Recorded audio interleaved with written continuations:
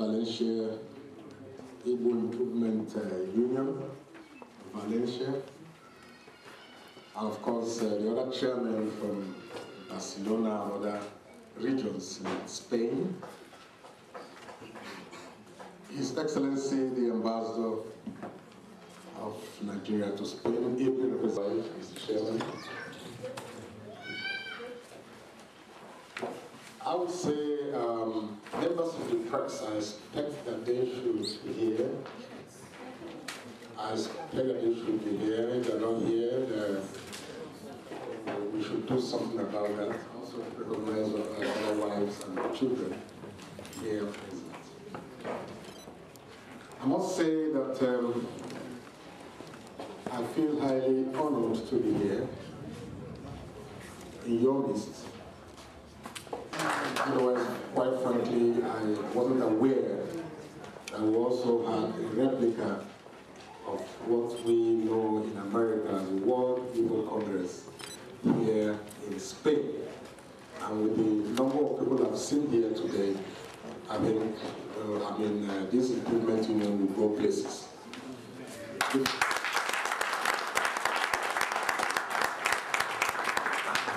I'll be very brief because in the first place we are really very tired coming in from New York this morning.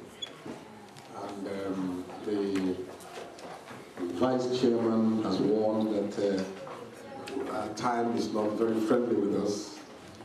So I will definitely be very brief. But I want to start off by saying that I get a little bit confused on the actual name of this conference.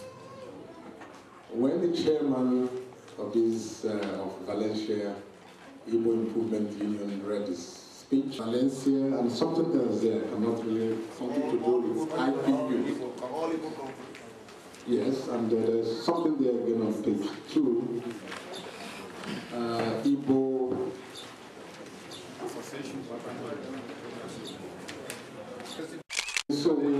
so that we are clear, there is need for us to identify. To attend this location, there was something else on the letter of invitation that states Ohaneze. Ohaneze is something in Spain. I want to dwell on that by saying that we should clearly identify ourselves here in Spain. We should have our own identity, just as the World Igbo Congress in America. If it is Igbo Improvement Union or All Igbo, whatever in Spain is better. We should not borrow it from Ohaneze. What we probably will be doing here could have some resemblance to what Ohaneze is doing in Nigeria. But I must so that you can move on. And I also, when the chairman of various zones were being introduced, they are all young men, and these are the people we need to discover the Igbo man. We need you. We need you to rediscover the Igbo man. The Igbo man needs rediscovery. We are lost. And of course, when my brother here from Isialanga was breaking the code, he mentioned something which was very touching.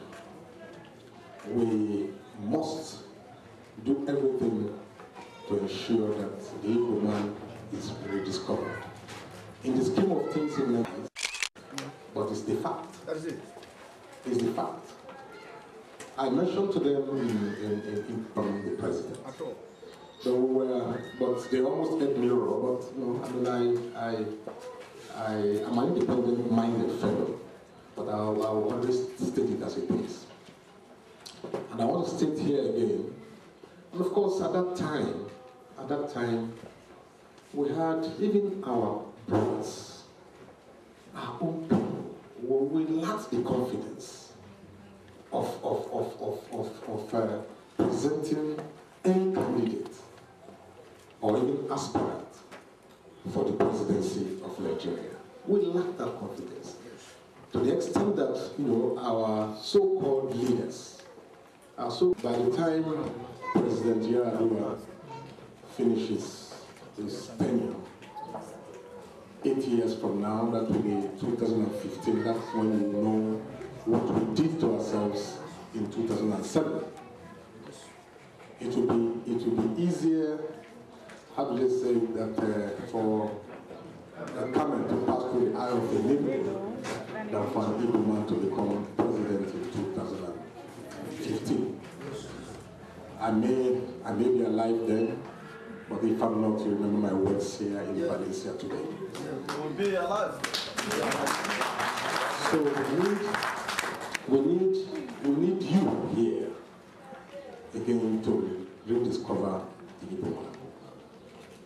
The foundation has been laid by some of us who were campaigning for the lives of Opidele, Pat Utomi, and calling them Igbos.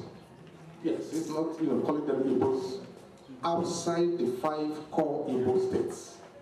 People, I don't want to mention the names, you probably know, of those who came and even abused the Igbos, saying this is the person that will be the president whether you Igbos like it or not. This was said in Boston. And of course that has led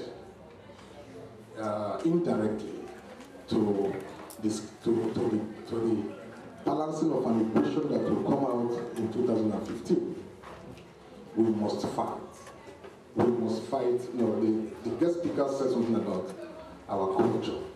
We must fight and redeem ourselves to see whether we'll go back to that position we were before. After the Hausa race, it was the Igbo and then the Yorubas. But today, if there are 6 geopolitical zones in Nigeria, the Igbo is not even considered at all. It's not even considered at all. To the extent that by 2015, South-South might produce the next president. It's against the core Igbo, people like me and you. So we should. It's not enough to finish this conference today and wait till the next year. You must have a working committee. And I told them this in the World Igbo Congress. It's not a jamboree where you come once in a year, sit down, make all the noise, then get out the communique, and then go back to your work until the following year again. No, there must be. And those of us at home rely on you in diaspora. We need you to help us because there is no leadership. In fact, right from the time of Nnamdi Azikiwe, if some of us remember, I'm sure the guest speakers will remember what I'm saying. When Mbongo Ojike died, Zik of blessed memory went to his graveside and said, "The evil that men do lives after death." It was all leadership also, no respect. Right from that time, and of course you know the incident between Zik and the late Chief of Karibo. So that when we talk of Igbo leadership, we do not have it. But at least let us have collective leadership. Let us have direction so that we can rediscover ourselves.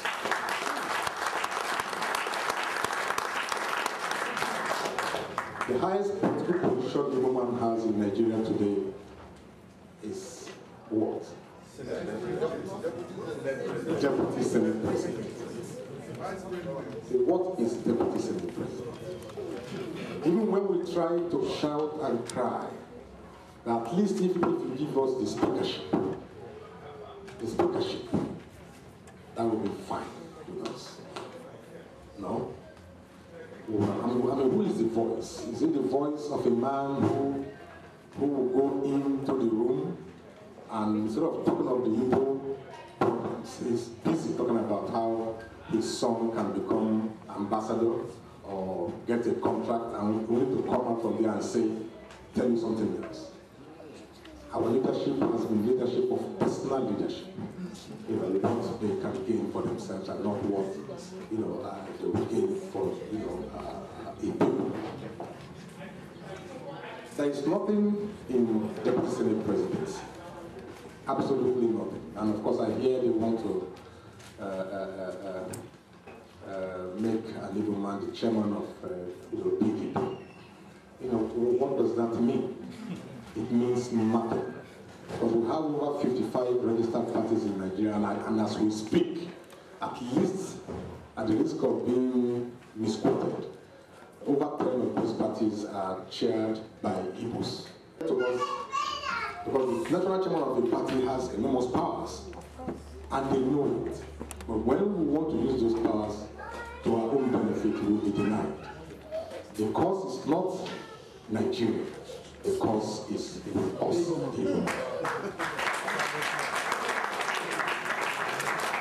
So, distinguished brothers and sisters, I wouldn't want to go too deep because we have His Excellency here. If we were in, just as we were doing it in America, there was an executive session, a closed session where he will not be there. Then we can talk, we can talk openly and address us. So I will stop at that. I believe the word, just like my brother said here, what are you coming here to do? So you should come here to listen at least. If you don't listen, you will come and sing. A word is sufficient for the wise. Before I drop, please, I want to congratulate you on behalf of my wife for this gathering, particularly the chairman and his wife. Please continue. Go home and look for a way of rediscovering ourselves. We need you. In which case, you also have to work hand in gloves with the World Igbo Congress. Maybe any time, just as you have delegates here from the regions, Barcelona, Madoka, I don't know. So maybe when they will have their World Igbo Congress, you could also send, a delegation of about 2 or 3 to them. And when you'll be having this type of thing again next year, also, then you invite them too, so that we need you to help the Igbo man. Thank you. Over to the representative of the ambassador. Actually, I was offered the chance to speak on behalf of the ambassador, which I declined, candidly. But I was touched by what the chief just said now. One fact remains, wherever we come from, we remain Nigerians.